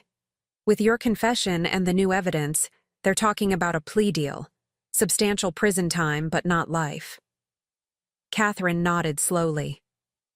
I saw your company announcement. The whistleblower program. It's a good idea. Better late than never, I suppose. She paused, picking at a loose thread on her sleeve. The board meeting went well? We're moving forward. Several members resigned, but the younger ones are embracing change. We're already getting applications for the scholarship program. Dad would be proud, Catherine whispered. Of you, I mean. Not of what I did to his legacy. I reached across the table, taking my sister's hand for the first time since her arrest. His legacy isn't just the company, Catherine. It's us. What we choose to do now, how we face the truth. I keep thinking about that night, she said, her voice breaking. How different everything would be if I'd just asked for help instead of trying to fix it myself. If I'd trusted you, trusted Dad with the real truth instead of pulling him into my lies. We can't change the past, I replied, squeezing her hand. But we can honor Jennifer's memory by making sure nothing like this happens again. The truth, she died protecting, it's finally going to make a difference. Catherine withdrew her hand, wiping her eyes. The recovery team. Did they find anything else? Besides the notebook? I studied my sister's face, seeing real remorse beneath the fear. They found her bracelet. Mrs. Myers recognized it. She's planning a proper burial, finally giving Jennifer the farewell she deserved. The guard signaled that our time was up. As I stood to leave, Catherine called out, Rebecca, thank you, not for forgiving me, I know that's impossible, but for not letting me hide anymore, from what I did, from who I became. Walking. Out of the detention center, I felt the weight of the past 24 hours settling on my shoulders. Tomorrow, I would face the press, announce our company's transformation, begin the long process of rebuilding trust. But tonight, somewhere beneath Miller's Bridge, Jennifer's truth had finally come to light, setting us all free in different ways. The morning of the press conference dawned bright and clear. I stood in my father's study one last time, preparing to face the media circus that had descended on our small town. The Mitchell Industries legal team had arrived early, led by Margaret Thorne, a corporate ethics specialist I'd hired to help navigate the transformation ahead. The SEC investigators will be here this afternoon, Margaret said, reviewing her notes. They're particularly interested in the offshore accounts Catherine used. The paper trail goes back further than we initially thought, all the way to the original fundraiser theft. I nodded, adjusting my blazer in the mirror. The woman staring back at me looked different somehow. Stronger, more determined than the teacher who had discovered her sister's betrayal just days ago. What about the Victims' Compensation Fund? We've identified most of the affected parties, Margaret replied. The forensic accountants are still calculating the total damages, but with the recovered assets and Catherine's cooperation, we should be able to make everyone whole. A knock at the door interrupted us. Emma, notepad in hand. Got a minute? There's something you need to see before the press conference. She handed me a manila envelope containing photos from the bridge recovery site. Among them was a clear image of Jennifer's notebook, restored by forensic experts. The final entry made my heart stop. Kay admitted everything today. The missing money, the gambling debts, all of it. Says she'll pay it back if I keep quiet. But how many others has she stolen from? How many more will there be? I have to tell someone. Meeting her at the bridge tonight. This ends now. The DA wants to use this in the case against Catherine, Emma explained softly. Mrs. Myers has agreed to testify as well. I placed the photos back in the envelope, my hands trembling slightly. Has Catherine seen these? Not yet. Every lie, Every cover-up, every manipulation. I want that on record. For the next 3 hours, Catherine methodically dismantled 20 years of deception. She detailed the original theft from the fundraiser, her gambling debts, the fatal confrontation with Jennifer. Then she moved on to the years of financial fraud at Mitchell Industries, naming accomplices, revealing accounts, exposing the entire web of corruption she'd woven. The offshore accounts were Dad's idea, she admitted, her voice hollow. Not for fraud. Originally, they were legitimate tax shelters. But I saw the potential. Started small at first, skimming profits, manipulating records. By the time Dad got sick, I had a whole shadow accounting system in place. The DA's team scribbled furiously, occasionally interrupting with clarifying questions. I noticed Detective Chen paying particular attention to the names Catherine mentioned, board members, executives, accountants who had helped conceal the fraud. And the will? I asked quietly. How did you manage that? Catherine wouldn't meet my eyes. Dad's medication made him confused. I had suggested changes to his legal team, brought in people who wouldn't question things.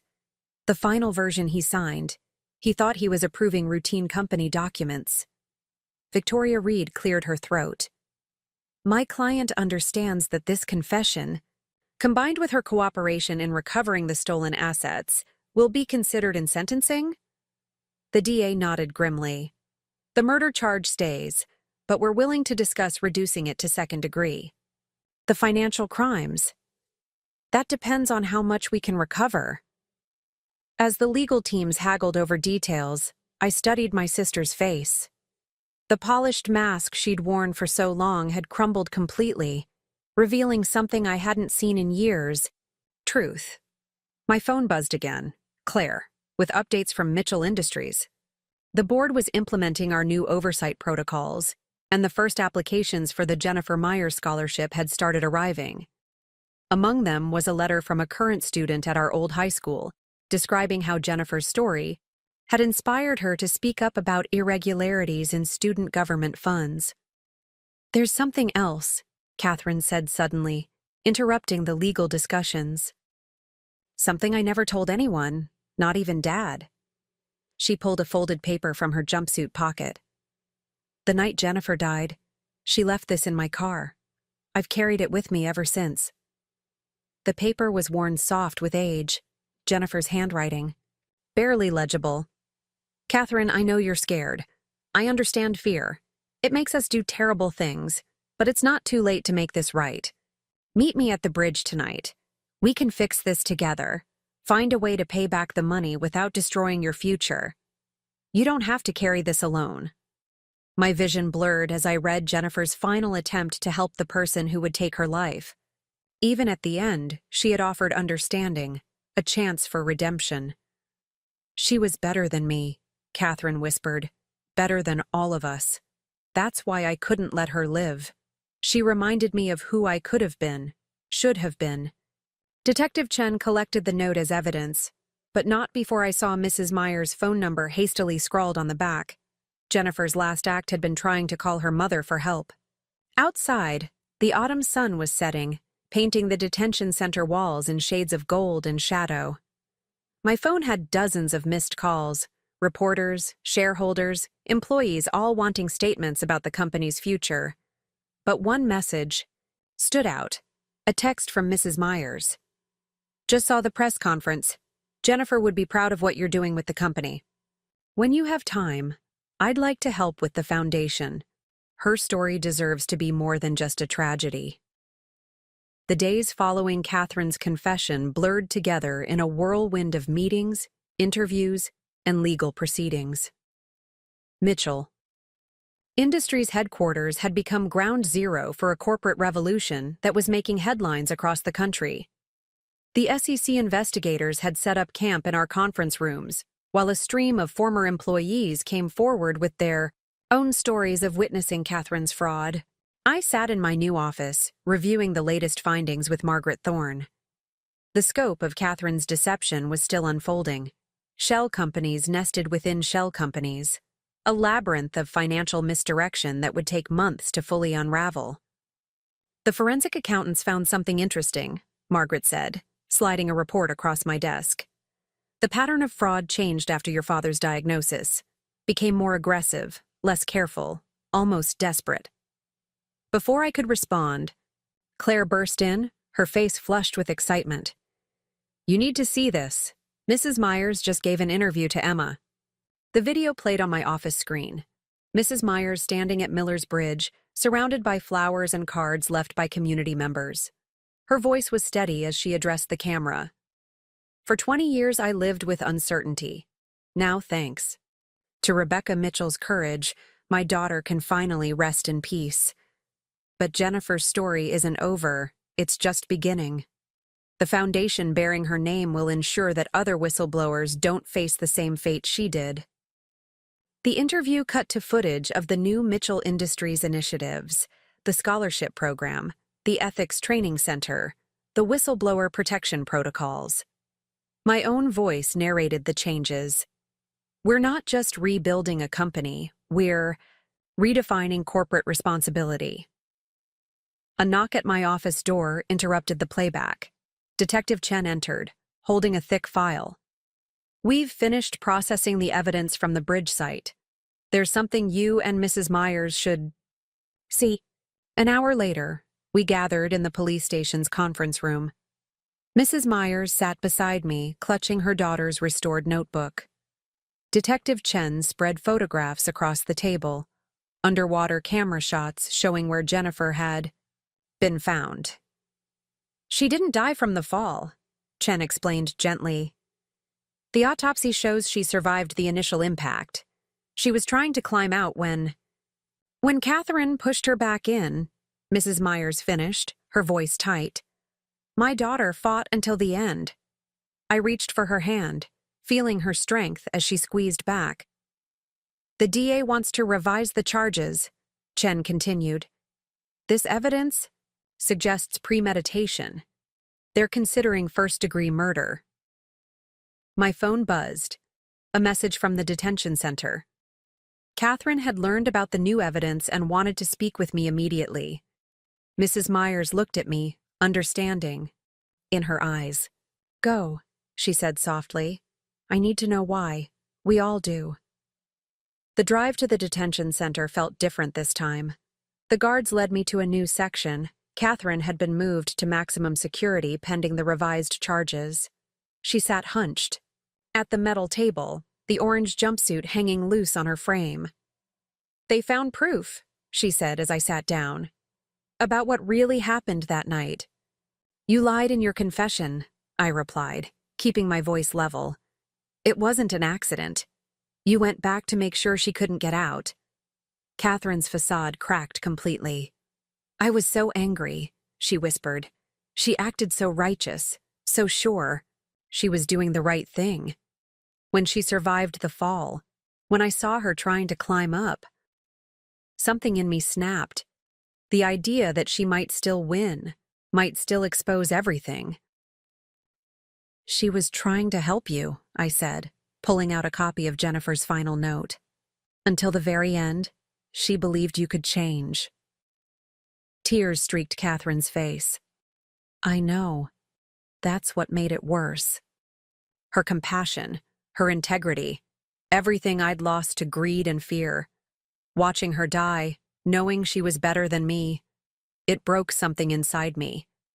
After that, the lies came easily, each one bigger than the last, until I couldn't remember who I really was anymore. I studied my sister, seeing her clearly for the first time. The DA is revising the charges, with this new evidence. I know, she interrupted.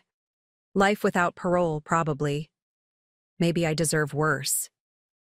She paused, wiping her eyes. The company, the changes you're making. It's what Dad always wanted. What Jennifer died trying to protect. It's not just about the company anymore, I said. Mrs. Myers is helping design the Foundation's programs.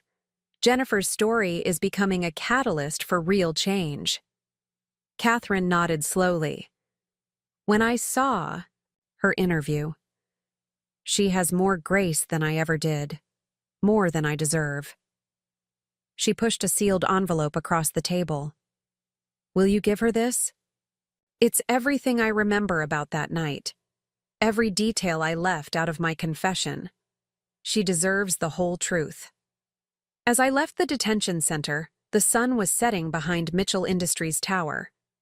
The company logo had been updated, incorporating a small bridge symbol, a reminder of where truth and lies had collided, changing all our lives forever.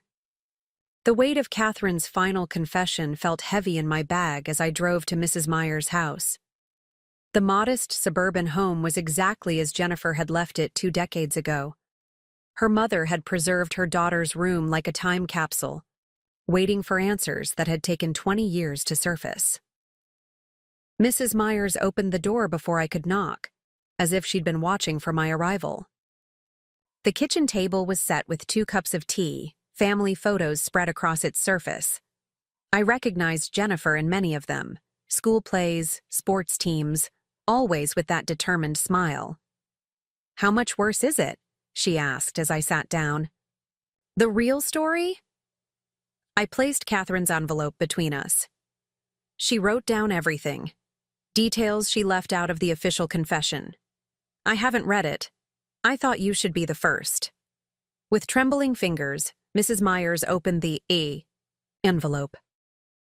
As she read, her face went through a kaleidoscope of emotions: grief, anger, understanding, and finally, a deep, settling calm. She carefully folded the pages and tucked them into her pocket. "She watched," Mrs. Myers said quietly. "After pushing Jennifer back in, she stood there and watched. My daughter fought for 8 minutes before." Her voice broke, but she steadied herself.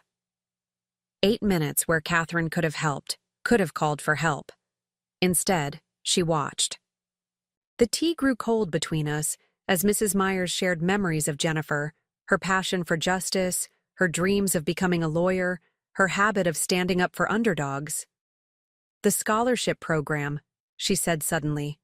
"I want to help select the recipients, find students who share Jennifer's spirit." "Of course," I agreed. "We're already getting applications. Young people inspired by her story, determined to make a difference." My phone buzzed. Emma with updates about the case. The DA was proceeding with first-degree murder charges. Catherine's detailed confession would be entered into evidence, along with the forensic findings from the bridge. "The preliminary hearing is next week," I told Mrs. Myers. "They'll want you to testify." She nodded, touching the letter in her pocket. "I'll read this. Every word. The court needs to understand who Jennifer was, what the world lost that night." Later that evening, I returned to Mitchell Industries. The building was quiet, most employees gone home, but light spilled from the conference room where the ethics committee was still working. Sandra Chen, the young board member who'd supported my reforms, waved me in. "We're finalizing the whistleblower protection protocols," she explained, gesturing to the documents spread across the table. "Every employee will have direct access to external oversight, anonymous reporting options, legal support. No one will ever have to face what Jennifer did." I picked up one of the draft policies, noting how they'd incorporated elements of Jennifer's story: clear reporting channels, protection from retaliation, support systems for those coming forward with evidence of wrongdoing. "There's something else," Sandra said, pulling up a presentation on her laptop. "We've been analyzing the company's legitimate projects from the past 20 years. Despite Catherine's fraud, some of our developments actually helped communities. Affordable housing initiatives, environmental restoration projects. We thought maybe the foundation could build on that legacy, turn Mitchell Industries into a force for positive change." The idea resonated with something Dad had told me long ago. A company is like a river. It can either nourish or destroy, depending on how it's directed. My phone buzzed again. Claire, with news from the high school. The student government had voted to rename their ethics council after Jennifer. The same institution where corruption had once flourished was now embracing transparency and accountability. As I drove home that night, I took the long route past Miller's Bridge. The makeshift memorial had grown. Flowers, candles, notes from community members sharing their own stories of choosing between truth and silence. Someone had painted a small mural on one of the support pillars, a bridge transforming into a flock of birds taking flight. At home, I found an unexpected package. Waiting. Inside was Dad's old ledger, sent by the forensic accountants who'd finished analyzing it. Post-it notes marked entries where he'd tried to track Catherine's fraud, his handwriting growing shakier as his illness progressed. But it was the final page that caught my attention. A letter he'd started writing to Jennifer's parents. "Your daughter's courage haunts me. I thought I was protecting my family by helping cover up the truth, but I only enabled more darkness. Catherine's crimes grew because I chose silence over justice. I hope someday." The letter ended there, unfinished like so many things in this story. But as I looked at the documents spread across my desk, the whistleblower protocols, the foundation plans, the scholarship applications, I realized that maybe the ending wasn't what mattered most. Perhaps it was the new beginnings that could emerge from even the darkest truths. The morning of Catherine's preliminary hearing dawned cold and clear. The courthouse steps were crowded with reporters and camera crews, all eager to document the next chapter in a story that had captivated the nation. Inside, the tension was palpable as Mrs. Myers and I sat in the front row, watching my sister, being led and wearing handcuffs. Detective Chen had worked through the night with the prosecution team, building a case that would finally bring justice not just for Jennifer, but for everyone affected by Catherine's decades of deception. The evidence was overwhelming: forensic reports, financial records, and now Catherine's own detailed confession. "All rise," the bailiff called as Judge Eleanor Martinez entered the courtroom. She was known for her fair but firm handling of high-profile cases, and her expression revealed nothing as she reviewed the charges. Catherine stood as the indictment was read: first-degree murder, financial fraud, obstruction of justice, and a host of other charges that painted a picture of 20 years of calculated deception. When asked how she pleaded, her voice was barely audible. "Guilty to all charges." A murmur rippled through the courtroom. The DA had expected a fight, negotiating pleas, dragging the case out. But Catherine's immediate admission seemed to deflate the tension, replacing it with something heavier, the weight of truth finally acknowledged. During the recess, I found myself in the courthouse garden, seeking a moment of quiet. Emma found me there, her reporter's notebook tucked away for once. "Mitchell Industries' stock is up," she said, sitting beside me. "The markets are responding positively to your transparency initiatives. Turns out, ethical business practices can be good for the bottom line." Before I could respond, Claire rushed out, her face flushed with excitement. "You need to see this. The scholarship committee just finished their first round of reviews." She handed me her tablet, showing profiles of the initial candidates. Young people from across the country, each inspired by Jennifer's story to pursue careers in corporate ethics, law, and social justice. One application particularly caught my eye: a student from our old high school who had uncovered financial irregularities in her part-time job and reported them, despite pressure to stay quiet. "Jennifer would have loved this," Mrs. Myers said, joining us. She'd been reading impact statements from former Mitchell Industries employees affected by Catherine's fraud, creating something positive from all this pain. Back in the courtroom, Judge Martinez announced that sentencing would be delayed, pending a full review of Catherine's cooperation with ongoing investigations. But her words to my sister were clear: "Your admission of guilt is just the beginning." True justice requires more than words. It requires action to repair the damage done. That evening, I returned to Mitchell Industries for an emergency board meeting. The company's transformation was gaining momentum, but challenges remained.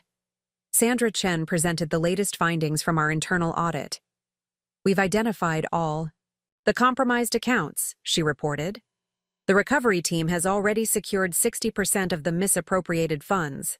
But more importantly, we're seeing a culture shift. Employees are using the new reporting systems, raising concerns they'd previously kept quiet. The conference room windows offered a view of the city skyline, lights twinkling on like stars. In the reflection, I could see the ghost of what this company had been, a facade of success built on lies, overlaid with what it was becoming. A model for corporate reform and ethical leadership. My phone buzzed with a message from Detective Chen. Search team found something else at the bridge. Not evidence, something personal. Mrs. Myers should see this. An hour later, we gathered at the recovery site. The team had discovered a small time capsule hidden in one of the bridge's support structures. Inside was a letter Jennifer had written the day before her death, addressed to whoever finds the truth. I don't know what will happen tonight, she'd written, but I know that secrets this big don't stay buried forever. If you're reading this, it means someone finally chose truth over silence. That's all I ever wanted, to show that one person's courage can make a difference. Mrs. Myers clutched the letter to her chest, tears streaming down her face. She knew, she whispered. She knew the risks, but chose to stand up anyway. As we stood there in the gathering dusk, I thought about courage. Not the dramatic kind that makes headlines, but the quiet determination that makes someone face uncomfortable truths, stand up against wrongs, choose integrity over expedience. The Jennifer Myers Foundation was becoming more than just a memorial. It was a beacon for others facing similar choices, a reminder that even in the darkest moments, choosing truth could light a path forward. 6 months after Catherine's confession, Mitchell Industries hosted its first Ethics in Business Summit. The company's main auditorium was filled with corporate leaders, whistleblowers, and students eager to learn from our transformation. The story of Jennifer Myers and the bridge had become a case study in corporate ethics courses across the country. I stood at the podium, looking out at the diverse crowd. Mrs. Myers sat in the front row, surrounded by the first class of Jennifer Myers Scholarship recipients, 15 young people chosen not just for their academic achievements, but for their demonstrated commitment to ethical leadership. Legacy isn't just about what we inherit, I began, my voice steady. It's about what we choose to build from that inheritance. 6 months ago, our company faced a choice between preserving a comfortable lie and embracing an uncomfortable truth. The presentation screens behind me showed the company's journey, from Catherine's fraud through our complete restructuring. The numbers told their own story. Employee satisfaction up 40%, whistleblower reports addressed within 48 hours, and most surprisingly, a 25% increase in stock value since implementing our transparency initiatives. Sandra Chen took the stage next, introducing our new corporate governance model. Ethics isn't just a department or a policy manual, she explained. It's the foundation of every decision, every project, every interaction. During the lunch break, Emma pulled me aside. Her investigative series on corporate fraud, inspired by our case, had just won a National Journalism Award. You should see the impact your story is having, she said, showing me her latest article. Companies across the country were adopting similar reforms, citing Mitchell Industries as a model. But it was the afternoon session that truly demonstrated the change we'd sparked. Former employees who had witnessed Catherine's fraud shared their stories publicly for the first time. One by one, they described the pressure to stay silent, the fear of retaliation, the guilt of complicity. I saw the irregularities, one accountant admitted, his voice shaking. But I had a family to support, a mortgage to pay. Catherine made it clear what happened to people who asked questions. He paused, looking at Jennifer's photo on the wall. I'll carry that shame forever. But now I teach my children that courage isn't about being fearless. It's about doing right, even when you're afraid. Claire, who had become the foundation's creative director, unveiled the Jennifer Myers Memorial, a sculpture for the company lobby. It showed a bridge transforming into a flock of birds, each carrying a light. Every truth told lights the way for others, she explained. Every act of courage makes the next one easier. As the summit concluded, Detective Chen arrived with unexpected news. The forensic team had made a breakthrough in tracking Catherine's earliest financial crimes. The trail led to other companies, other cover-ups. Your sister's confession opened a door, Chen explained. People are coming forward with similar stories across multiple industries. That evening, I visited Catherine in prison. The maximum security facility was a far cry from the detention center where we'd first confronted the truth. She'd lost weight, but her eyes were clearer, more present than I'd seen them in years. I saw the summit coverage, she said as I sat down. The scholarship recipients, they remind me of Jennifer. That same determination to do right, no matter the cost. The foundation is reviewing your case files, I told her, using them to teach others how to recognize warning signs, prevent similar frauds. Your mistakes are becoming lessons. Catherine nodded slowly. I've been working with the investigators, helping them understand how I hid everything for so long. It's strange. Telling the truth feels easier now, like a muscle getting stronger with use. Outside her cell, life was moving forward. Mitchell Industries had announced a new partnership with law enforcement to create a corporate crime prevention task force. Mrs. Myers was writing a book about Jennifer's story, weaving together themes of courage, justice, and redemption. The high school had established an ethics bowl team named in Jennifer's honor.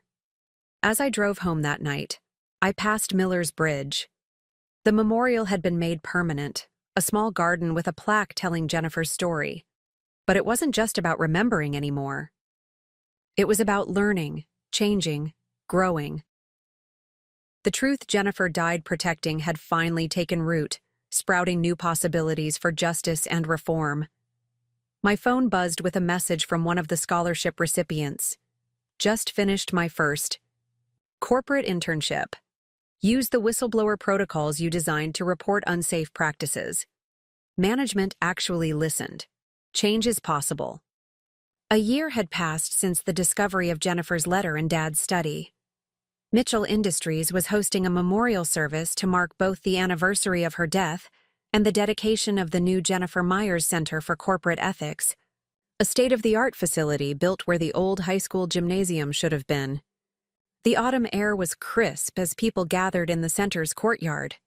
Mrs. Myers stood beside me, her silver hair catching the morning light. She'd become more than just an ally in our mission for change. She was family now, in a way that transcended blood ties. Jennifer would hardly recognize this place, she said, watching as students and business leaders mingled before the ceremony. Not just the building, but what it represents. Every person here carries a piece of her story. The center's design incorporated elements from the bridge, steel and stone transformed into something new and purposeful. The main hall featured a wall of screens displaying real-time data from our transparency initiatives, while classrooms were equipped for remote testimony from whistleblowers worldwide. Sandra Chen joined us, carrying the latest quarterly report. The numbers are extraordinary, she said. Our ethical business model has attracted investors who previously wouldn't touch Mitchell Industries. We're proving that integrity and profitability aren't mutually exclusive. The ceremony began with a video montage Emma had produced, weaving together Jennifer's story with the company's transformation. Catherine appeared briefly in old footage, her younger self standing with Jennifer at a school event. The contrast with recent prison interviews was stark. The polished facade replaced by genuine remorse. My sister's actions revealed a cancer. In corporate culture, I said in my opening speech. But Jennifer's courage showed us the cure. Every person who speaks up, every company that chooses transparency, every student who learns these lessons, they're carrying forward her legacy. Mrs. Myers took the podium next, her voice strong despite her emotion. A year ago, I thought justice meant punishment. Now I understand it's about transformation. The Jennifer Myers Center isn't just a building, it's a beacon for others, facing the choice between truth and silence. During the reception, Detective Chen pulled me aside. "We've closed 3 major fraud cases using protocols developed here," she reported. "Other departments are adopting our methods. The ripple effect keeps growing." Claire had outdone herself with the center's artwork. Photographs lined the corridors. Jennifer's high school yearbook picture, the bridge then and now, Catherine's arrest, the first scholarship recipients. Together, they told a story of loss and redemption, of how truth, once spoken, couldn't be silenced. "There's something else," Claire said, leading me to a private office. "Catherine sent this for the dedication. She's been working with a prison art therapist." The painting showed the bridge at dawn, darkness giving way to light. But it was the details that caught my eye. Small figures standing together, facing the sunrise. Jennifer and Catherine as they might have been if different choices had been made. My phone buzzed with a message from the prison, Catherine requesting a visit. I found her in the library where she'd been helping investigate other corporate fraud cases. She looked different, peaceful almost, despite her surroundings. "I saw the center's opening on TV," she said as I sat down. "It's beautiful, what you've created. What Jennifer's story is still creating." "The foundation is expanding," I told her. "We're opening satellite centers in other cities, developing ethics curricula for schools. Your case files have been invaluable in showing how fraud evolves, how to stop it early." Catherine nodded, then pushed a notebook across the table. "I've been writing everything down, not just what I did, but why. How each small compromise led to bigger ones. Maybe it can help. Others recognize the pattern before it's too late." As I drove home that evening, I passed the high school. The Student Ethics Bowl team was practicing, their voices drifting through open windows. They were debating corporate responsibility, using real cases from Mitchell Industries' history. My phone lit up with messages, Mrs. Myers sharing photos. From the dedication, Emma with news about another company adopting our whistleblower protocols, Claire planning the next foundation event. A community had grown from the ashes of deception, stronger for having faced the truth together. At home, I found an unexpected package. Inside was Dad's old briefcase, finally released by the forensic team. Among his papers was a draft of a speech he'd never given, written during his final days. "Business isn't just about profit. It's about the legacy we leave, the lives we touch, the choices we make when no one is watching. True success isn't measured in dollars, but in the courage to choose right over easy, truth over comfort, integrity over gain." 18 months after Jennifer's body was found, I stood in the newly renovated Mitchell Industries boardroom, facing a different kind of challenge. The Wall Street Journal had just named us Most Ethical Corporation of the Year, and requests for our corporate reform model were pouring in from companies worldwide. The room where Catherine had once orchestrated her fraud had been transformed. Glass walls replaced solid ones, symbolizing our commitment to transparency.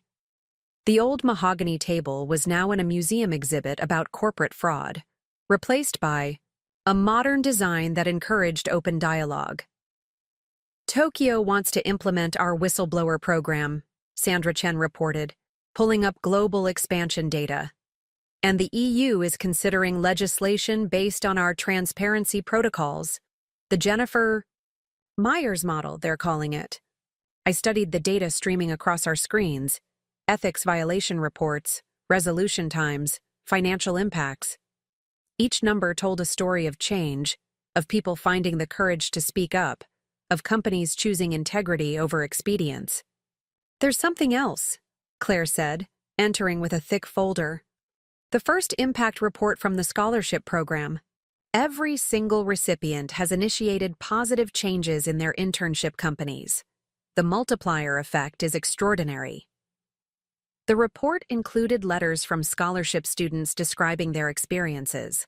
One had uncovered safety violations at a chemical plant. Another had reported discriminatory hiring practices. Each story echoed Jennifer's courage, creating ripples of change across industries. My phone buzzed. Mrs. Myers was waiting downstairs. We had a standing lunch date every Wednesday, but today was special. The state legislature was voting on the Jennifer Myers Corporate Accountability Act, legislation that would mandate ethical business practices and protect whistleblowers. "Never thought I'd see my daughter's name becoming law," she said as we walked to her favorite cafe. Or that her death would save so many others from having to make the same choice she did. Over lunch, she shared news about the Foundation's latest initiative, a support network for families of whistleblowers. "People need to know they're not alone," she explained. "That choosing truth doesn't mean choosing isolation." Back at the office, Emma waited with Detective Chen. The task force we'd established had uncovered a pattern of corporate fraud across multiple industries, all using variations of Catherine's methods. "Your sister's testimony was crucial," Chen said. "She's becoming our best resource for understanding how these schemes work. Some prosecutors are calling her the fraud whisperer." The irony wasn't lost on any of us. Catherine, who had once perfected the art of corporate deception, now helping dismantle similar schemes. Her prison sentence hadn't changed, but her purpose had. Later that afternoon, I visited the Jennifer Myers Center. Students filled the halls, attending workshops on ethical leadership and corporate governance. In the main auditorium, a CEO was sharing his company's journey toward transparency, inspired by our example. My phone lit up with news alerts. The legislature had passed the Accountability Act unanimously. As congratulatory messages poured in, I found myself drawn to Dad's old office, now a quiet study room in the center. On the wall hung 2 photographs: Jennifer's high school graduation, picture next to Catherine's corporate headshot from Mitchell Industries. Between them was a quote from Dad's undelivered speech. "Every choice we make writes our legacy. Choose wisely." Claire found me there, staring at the photos. "The museum called," she said softly. "They want to expand the corporate fraud exhibit. Add a section about redemption and reform." "What do you think Jennifer would make of all this?" I asked. "I think," Claire replied, "she'd be amazed that her stand for truth created such lasting change, that her courage inspired so many others to find their own." As evening fell, I drove to the prison for my monthly visit with Catherine. She was leading a workshop for other white-collar criminals, teaching them to recognize and admit their patterns of deception.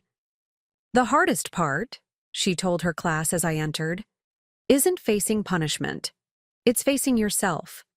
Understanding that every lie we tell writes a story we eventually have to live with." Watching my sister teach truth to others who had lost their way, I realized how far we'd all come. The tragedy that had torn our family apart had also created something powerful, a legacy of courage, accountability, and redemption. My phone buzzed one final time that day, a message from one of our first scholarship recipients. "Just got promoted to ethics officer, using everything I learned from Jennifer's story. Change really is possible, one truth at a time." 2 years to the day after finding Jennifer's letter in Dad's study, I sat in Judge Martinez's courtroom for Catherine's sentence modification hearing. The prosecution had recommended reducing her sentence in light of her extraordinary cooperation in solving corporate fraud cases across the country. The courtroom was packed, not with reporters this time, but with people whose lives had been touched by the changes Catherine's confession had sparked. Mrs. Myers sat beside me, her presence a testament to the complex nature of forgiveness and justice. "Your Honor," the prosecutor began, "in my 20 years of practice, I've never seen a defendant contribute so significantly to the prevention of corporate crime. Ms. Mitchell's insights have led to the recovery of over $300 million in fraudulent transactions, and the conviction of 36 corporate executives. Catherine sat at the defendant's table, wearing prison blues instead of her once signature designer suits. Her hair was streaked with gray now, but her eyes were clear and focused as she addressed the court. "I don't ask for forgiveness," she said, her voice steady. "What I did to Jennifer Myers cannot be undone. But every case I help solve, every fraud I help prevent, is my attempt to honor her memory and protect others who might face the choice she did." Detective Chen testified about Catherine's role in developing fraud detection protocols now used by law enforcement nationwide. Sandra Chen spoke about how Catherine's detailed confessions had helped Mitchell Industries create unprecedented transparency measures. Judge Martinez listened intently, reviewing the thick file of Catherine's contributions. "Ms. Mitchell," she said finally, "your crimes were heinous, born of greed and perpetuated through deception. However, your work in preventing similar crimes has saved countless lives and livelihoods." The judge's decision was Solomon-like. Catherine's sentence would be modified to allow her to work with law enforcement and corporate ethics programs during the day, returning to prison at night. Still incarcerated, but able to continue her work preventing corporate fraud. After the hearing, Mrs. Myers approached Catherine, their first face-to-face meeting since the trial. The room fell silent, watching these two women whose lives had been forever intertwined by one tragic night. "Jennifer believed in second chances," Mrs. Myers said quietly. "She died trying to give you one. Don't waste this opportunity." That evening, Mitchell Industries hosted a special board meeting. The company had become a global leader in corporate ethics, our transparency model adopted by corporations across 6 continents. The Jennifer Myers Center had trained over 1,000 ethics officers, and our whistleblower program had prevented an estimated $1 billion in corporate fraud. "We have a decision to make," I announced to the board. "The Jennifer Myers Foundation has received an unprecedented grant to expand our work globally, but it would mean restructuring Mitchell Industries into a nonprofit organization dedicated entirely to corporate ethics reform." Sandra Chen presented the numbers, the impact we could have, the lives we could change. The vote was unanimous.